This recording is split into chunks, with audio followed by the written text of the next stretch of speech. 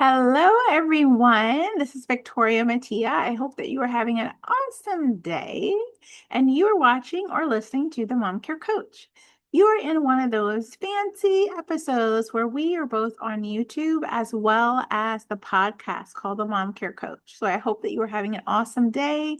And if this is your first time listening or watching me, thank you so much for being here. And of course, if you are a longtime listener, I so very much appreciate it.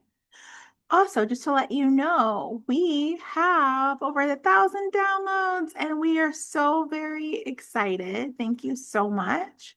Of course, we could not be here if it wasn't for all of you and all of your constant support. So, this is a blessing for me and you and all of the future mamas that are going to be able to listen in and hear all about how they can support themselves with their four intentional needs when it comes to personal daily self-care. So I hope that you are having a fantastic day. I think I have said that 3 times. Well, I am having a fantastic day. And last week we talked all about meal prepping and meal planning 101. So if you've not listened to that, please go back and listen to it. It gives you a phenomenal basis if you are looking to kind of have those kinds of activities in your life and you're trying to figure out how to get started, what to do. And it just goes kind of step by step to kind of support you in that. And this week we are working in our core essential. We're on the foundation of nutrition and our core essential of having a nourished body. We are talking about meal planning again. This time, we are talking about meal planning for busy moms. So, our one big idea is that you can be consistent in meal planning. That's our one big idea. Really simple and straight to the point, right? The reason why is because in my mama journey, that's one of the things that I kind of struggled with was meal planning. It's something that I understood it was important. I understood having systems were 100% important. It helps with when, you're looking at financial planning and trying to stay on budget when it comes to your grocery shopping, which is so important, especially nowadays, how, grocery prices have increased depending on what you purchase and where you purchase. And so, still wanting to eat healthy and stay on budget, of course, is really important. But then also being able to consistently get meals on the table every single day, whether you feel good or you don't, whether you're in a busy season or not, whether your children are struggling or not, whether you have family members or spouse issues or whatever. Maybe you're more busy at work. Maybe you're just starting homeschooling. There's so many different variables that can change how we feel from day to day. Maybe you have health issues, right?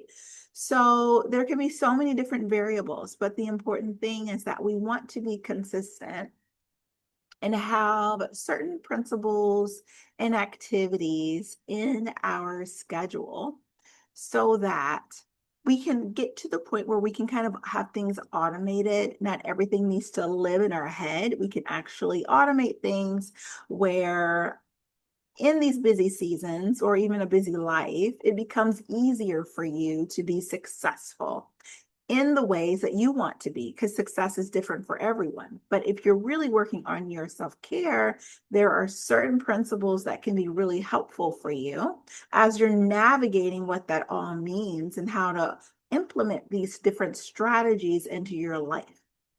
And when I talk about that, we all have different beliefs. We come from different backgrounds. There's things that our mothers may have done that got passed down to us subconsciously. There's a saying that there's more that is caught than taught. And basically, that's referring to the fact that, we teach our children certain things by verbalizing them. And then we also teach our children things by them watching what we do, despite what we say. And so, sometimes different things have been passed down from our parents, our grandparents, our great grandparents, and different structures, different ways that we live our life that maybe aren't serving us anymore. Maybe it isn't what we want, but we're trying to break out of certain things, but that's challenging. And so, what I'm trying to convey on this podcast is that, it's okay if it's challenging, and it's okay if it takes time to learn things. There's another saying that says, slow, how do I say it? It's slow is the way for greatness. Sometimes we want to hurry and get to certain levels and certain areas in our life. And I have those times as well. But what I have found is when we're steady, we need to be steady, but we slow things down and we're able to support ourselves. What happens is it gives us the bandwidth for these things to actually be cemented into our schedules and into our life. So it's not just a checklist of things to do, but it actually becomes a part of who we are. And that's how change truly happens. So, as we go through these different tacticals, I want you to be able to give yourself grace and understand that change happens slowly, and that's okay. And as you're learning new strategies for how to support yourself in your self care, you want to understand that you may hear it, like you may hear some of the different teaching that I talk about on the podcast, but it may take a while for you to implement. You may try some things that works for a little while and then you kind of fall off the bandwagon. You may try some things and you think to yourself, that sounds good, but then you don't ever actually implement it. Show yourself grace and understand it takes time. And sometimes some of these episodes, you do have to go back to it again and again so that you can say, okay, let me try it again. Let me see what she's saying. Let me take some notes. Let me try to figure out how that's going to work in my schedule and my life, because everybody is different and we all have different schedules and different lives. And when we are looking at our four intentional needs, sleep, mindset, movement, and nutrition, of course, that's our foundation. And that tethers us to all of our core essentials, all seven of them. We have calm mind, we have a nourished body, we have restorative rest, we have joyful movement, we have anchored quiet, we have sacred schedules, and we have authentic connections. Those are seven different core essentials that we want to implement into our life.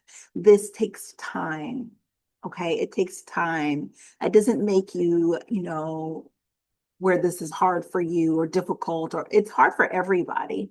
It doesn't make it that you're doing it wrong. It just makes you being human. And that is perfect. That is absolute perfect. And so just keep in mind that, some of these are really challenging. Other ones are going to be really super easy for you. You're going to be like, oh, wow, that was nothing. But it's okay. Just keep going. Just keep going. And if you can just keep moving your foot one in front of the other and supporting yourself and, giving yourself your high fives and just allowing yourself to understand you're doing great and you're working on some really hard stuff. And that's okay. And that can actually transition to other parts of our life. Okay, so let's get into it as we talk about meal planning for busy moms. Okay, so there are some meals that are easy and quick to make, and that's awesome.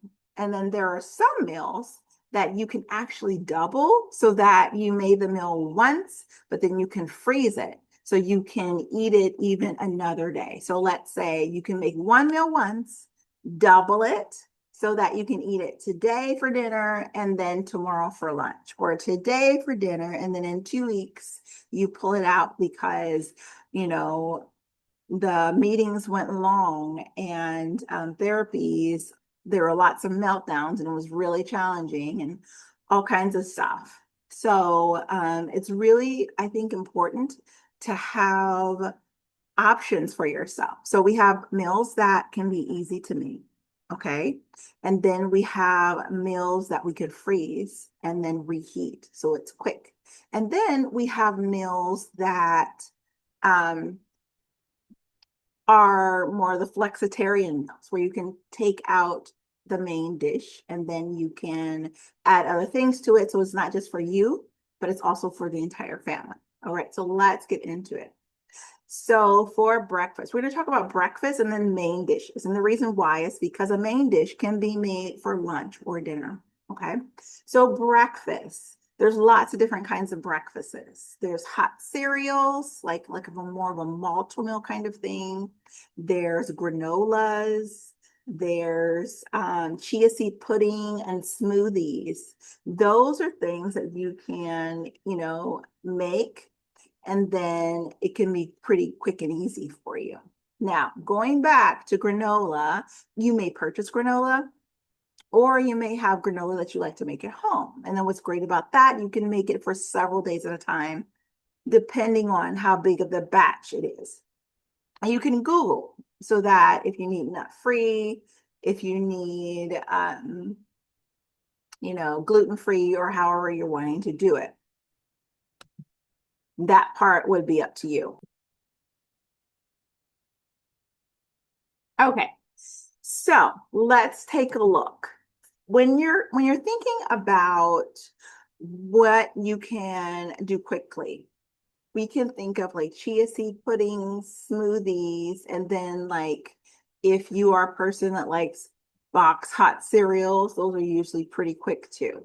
I recommend ditching the box cereal if possible, and then of the hot cereals like the malto meals and those kinds of things, because some of those, depending on the brand, can have heavy metals in there.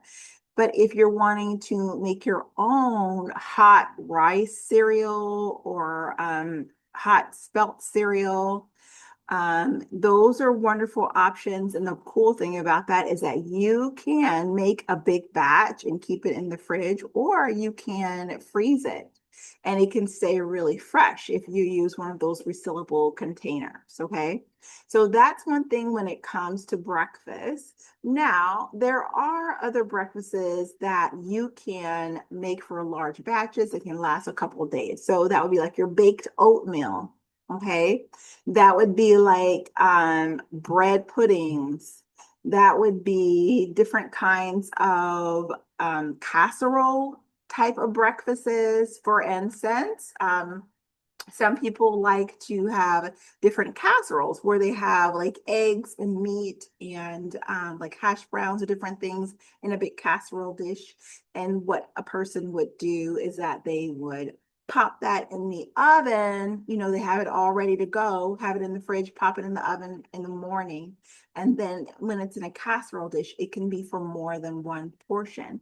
And you can portion it out into those small glass containers that you can get from Amazon, and then have enough for one every day, if that's what you want to do. Or you can have a couple that you freeze and then have just a couple in the fridge. That's also something you can do. You can do the same thing with like soaked oatmeals. That's a really great option too. That's one you don't have to cook, but it's really simple, so that you prep it at night and then in the morning you can have that. And you can have a few of those glass containers so you can have throughout the week. Your homemade granolas or granolas that you buy, there's some that are really clean and you can get some that's gluten-free. You want to make sure that you're paying attention to how much sugar is in there as well, because you don't want to spike your insulin levels.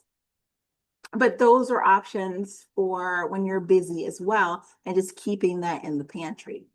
So now let's go over to our main dishes. So there's a few different options when it comes to main dishes. There's meat dishes like lamb, stewed meat, all kinds of chicken. All those different things can actually go into your slow cooker.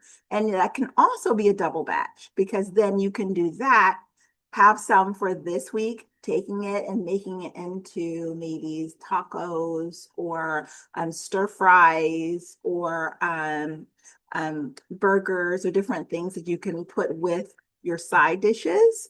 And then you can also have some in your freezer as well.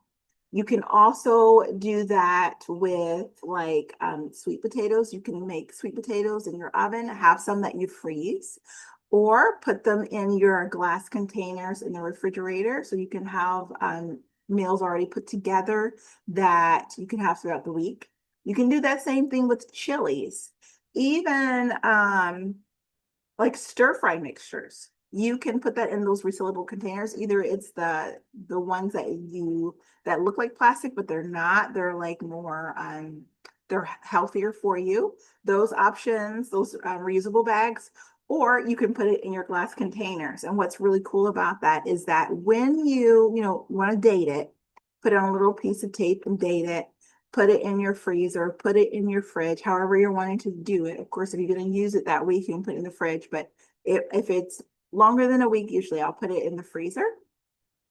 And what's great about that, it can still stay really fresh depending on what you're storing in it.